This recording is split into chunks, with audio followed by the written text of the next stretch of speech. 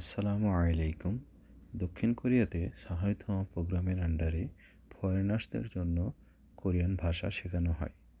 সহায়তা প্রোগ্রামের আন্ডারে 5টি লেভেল থাকে। আমরা যখন লেভেল 5 বা ওদাঙ্গি কমপ্লিট করি কোরিয়ান ভাষা, তখন ক্লাস শেষে আমাদের একটা পার্টি হয়। শিক্ষক এবং আমাদের ফ্রেন্ডসদের নিয়ে টিচার্স আমাদের একটা কোরিয়ান বুফে রেস্টুরেন্টে নিয়ে যায়।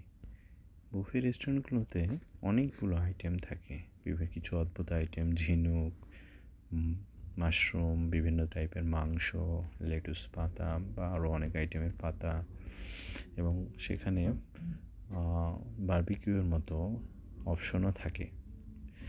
ওখানে উপস্থিত ছিল আমার টিচার্স, চায়না বড় ভাই, friends, Thailand, Vietnam, Cambodian, Uzbekistan, Sri Lankan ফ্রেন্ডরা সহ।